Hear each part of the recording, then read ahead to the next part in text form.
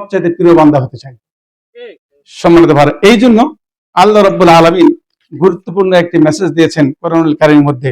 আপনারা একটু শুনুন, আমি বলে দেই। সেটা হলো ওয়ালাউ শিনা লা রাফানাহু বিহা ওয়ালাকিন্নাহু আখলাদা ইলাল আরদ ওয়াত্তাবা হাওয়াহা। আল্লাহ বললেন, আমি চাইলে এই আয়াত দ্বারা, এই কোরআন দ্বারা আমি তোমাদের মর্যাদা অনেক বড় করে দিতে পারতাম, দান করতে পারতাম, কিন্তু ওয়াত্তাবা হাওয়াহা, তোমরা নিজেকে আল্লাহকে বাদ দিয়া তোমরা নিম্নমুখী চিন্তা শুরু করে দিয়েছো, নিজের নাফসের অনুকরণ করা শুরু করে দিয়েছো। তুমি যদি নিজের নাফসকে অনুসরণ করো, তুমি যদি দুনিয়াকে বেশি ভালোবাসো, তাহলে তুমি কিসের মতো হবে? ফামাসালাহু কামাসালিল কাল, তোমার উদাহরণটা হবে কুকুরের মতো। যে ব্যক্তি দুনিয়াকে আঁকড়ে ধরে, তার উদাহরণ কিসের মতো হবে? জোরে বলেন, কিসের মতো? আমি তাফসিরে দেখলাম, এই বর্তমান জামানার শ্রেষ্ঠ মুফাসসিরিন কেরাম আহমদ মুসা জিবরিল তার বইয়ের মধ্যে লিখেছেন, কিতাবুত তাওহীদের মধ্যে লিখেছেন, যে আলেমরা কোরআন শোনার পরে, হাদিস পড়ার পরে সত্য কথা বলতে পারে না, ইসলামী আন্দোলনকে মেনে নিতে পারে না, ইসলামী আন্দোলনের কথা ঠিক কথা বলতে পারে না, এই আলেমগুলো হচ্ছে কুকুরের মতো। কুকুরের চেয়ে বেশি নিকৃষ্ট। কথা বলেন ঠিক কিনা? আমরা কি সে পথে যেতে চাই? এরপর কুকুরের বৈশিষ্ট্য কি?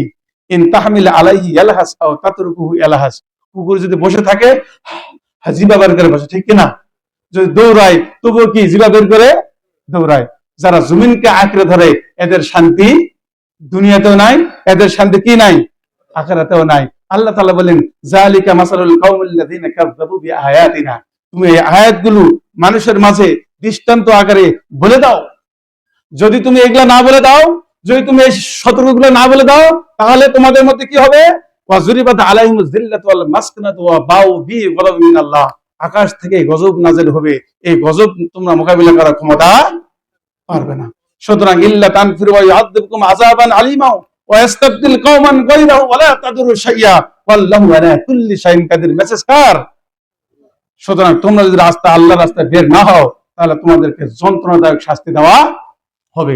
সম্মানিত ভাইরা, যন্ত্রণাদায়ক শাস্তির বিষয়ে আমি কোরআনুল কারীমে একটা আয়াত পেয়েছি, সেটি আমি আপনাদেরকে একটু বলে আমি শেষ করব। আয়াতটি আমাকে অনেক ভালো লেগেছে। এই আয়াতের মধ্যে দেখুন লেখা আছে, আল্লাতি তাত্তালিউ আলাল আফিদা। আল্লাতি যন্ত্রণাদায়ক শাস্তিটা কেমন?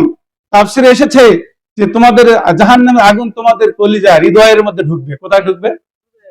সকলে বলুন, কোথায়? মুফাসসিরিন কেরাম বলেছেন, হৃদয় বলতে কলিজা বোঝানো হয়েছে।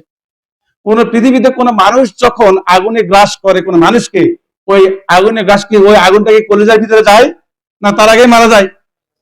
বলুন তো, কলিজার ভিতরে যায় না তার আগে মারা যায়? তার আগে মারা যায়। কিন্তু জাহান্নামের আগুন হচ্ছে, কলিজাটা অত্যন্ত নরম জায়গা। আল্লাহ রাব্বুল আলামিন এই কলিজার ভিতরে আপনার আগুন ঢুকাই দিবে। নাউজুবিল্লাহ বলবেন না? আপনারা কি সে আগুনে যেতে চান না জান্নাতে যেতে চান? হুয়াল্লাযী আরসালা রাসূলাহু বিল হুদা ওয়া দীনিল হাক্কি লিইয়ুযহিরাহু আলাদ দীনি কুল্লিহি ওয়ালাউ কারিহাল কাফিরুন ওয়ালাউ কারিহাল মুশরিকুন। এই দিন কায়েমের আন্দোলন যদি আপনি করেন, নিশ্চয়ই রহমান ভাই সুন্দর করে ব্যাখ্যা দিয়েছে, আমি বলবো না। তাহলে আপনার আমরা নাফরমান হই, যদি বেঈমান হই, আমার কলিজা পর্যন্ত আগুন ঢুকে যাবে। ঢুকে যাওয়ার পরে কি হবে? আল্লাহ রাব্বুল আলামিন পরিষ্কার করে জানায় দিলেন, ওরা চিল্লা পাল্লা করবে, আল্লাহর কাছে ফরিয়াদ করবে, আমি বাঁচতে চাই। আল্লাহ বললেন, লা ইয়ামুতু ফিহা ওয়ালা ইয়াহইয়া। তুমি বাঁচতেও পারবে না, তুমি কি পারবে না? মরতেও পারবে না। এরপরে আল্লাহ রাব্বুল আলামিন বললেন, ইন্নাহা আলাইহিম মুসাদা, তোমাকে বাঁধা হবে, ফি আমাদিম মুমাদ্দাদা, খুঁটিতে বাঁধা হবে। তুমি যদি নাফরমান হও, তারপরে কি হবে? খুজুহু ফাগুল্লুহু, তোমাকে বেরি পরিধান করা হবে, গ্রেফতার করা হবে, তারপরে জাহান্নামে নিক্ষেপ করে দেওয়া হবে। জাহান্নামে নিক্ষেপ করে স্টেটটা কেমন হবে? ওয়া নুসুকুল মুজরিমিনা ইলা জাহান্নামা ইরদা, উপর করে আপনাদেরকে নিক্ষেপ করা হবে। সেখানে কতকাল কতদিন থাকবে কেউই জানতে পারে না। সম্মানিত উপস্থিতি, আমরা কি সেই জাহান্নাম সহ্য করতে পারবো? আমার কলিজার ভিতরে আগুন কি আমরা নিতে পারবো? নিতে পারবো না। সুতরাং দিন কায়েমের আন্দোলনে যদি আপনি শরীক হন, তাহলে আপনি অবশ্যই আল্লাহ রাব্বুল আলামিন আপনার ইসলাহি লাকুম আমালাকুম ওয়া ইয়াগফিরু লাকুম যুনুবাকুম ওয়া মা ইউতিউল্লাহ রাসূলুহু ফাকাদ ফাজা ফাওজান। শেষের আয়াত, ওয়া মা ইউতিউল্লাহ রাসূলুহু ফাকাদ ফাজা ফাওজান আযীমা। আপনি কাকে মানবেন? জ্বালা জ্বালা আগুন জ্বালা ওই নেতাকে মানবেন? যে নেতা আখিরাতে পরকালের কথা বলে, সেই নেতাকে মানবেন?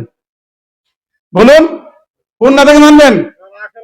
যারা আখিরাত পরকালকে মানবে, যারা কোরআনের কথা বলে, যারা হাদিসের কথা বলে, যারা মানুষকে দাওয়াতের কথা বলে এবং ইসলামী সাহিত্য নিয়ে আপনার দ্বারে দ্বারে ঘুরে, ভাই পড়ো মুসলমান হও, কবর তোমাকে ডাকছে, ইনশাল্লাহ আমরা সেই কবরের যাত্রী, পরিচ্ছন্ন যাত্রী হতে চাই। রাজি আছেন তো? সুতরাং অনুরোধ হলো ইউনিট সক্রিয় করতে হবে, রিপোর্ট রাখতে হবে, ইসলামী সাহিত্য পড়তে হবে, ইয়ানত দিতে হবে, হুজুর টাকার কথা বলবে, দিতে হবে, ঠিক না? আল্লাহ তাআলা সকলকে জান্নাতের মেহমান হিসেবে আমাদেরকে কবুল করুন। সকলে বলি আল্লাহুম্মা আমিন। আমা তৌফিকি ইল্লা বিল্লাহি আলাইহি তাওয়াক্কালতু ওয়া ইলাইহি উনীব। আসসালামু আলাইকুম ওয়া রাহমাতুল্লাহি ওয়া বারাকাতুহু।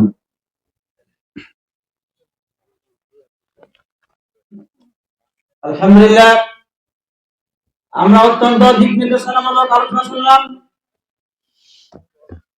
বাংলাদেশ জামাত ইসলামী বাংলাদেশকে একটি কল্যাণ রাষ্ট্র গঠিত করার জন্য, সন্ত্রাস মুক্ত, দুর্নীতি মুক্ত রাষ্ট্র গঠিত করার জন্য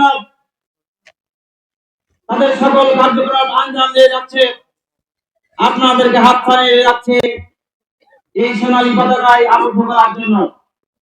সম্মানিত উপস্থিতি, সম্মানিত হাজিরিন, দীর্ঘ 17 বছর ধরে আমরা আল্লাহু আকবার নারায়ে তাকবীর বলে এই বাংলাদেশের জমিনে আমরা প্রকাশ দিতে পারিনি।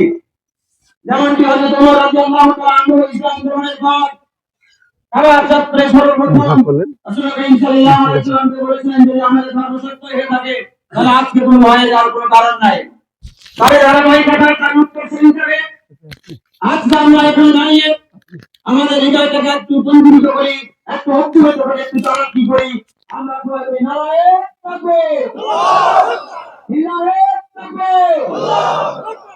সম্মানিত উপস্থিতি, এরপর আপনারা আসছেন আমার প্রান্তীয় সংগঠন বাংলাদেশ জামাত ইসলামী সাতরা শাখার সম্মানিত সহকারী সেক্রেটারি ভাই মোহাম্মদ হাবিবুর রহমান। ভাই মোহাম্মদ হাবিবুর রহমানকে আলোচনার জন্য অনুরোধ জানাচ্ছি। জেনারেল হয় না, এমনি সহকারী সেক্রেটারি। জেনারেল হলো কেন্দ্রীয় সেক্রেটারি জেনারেল।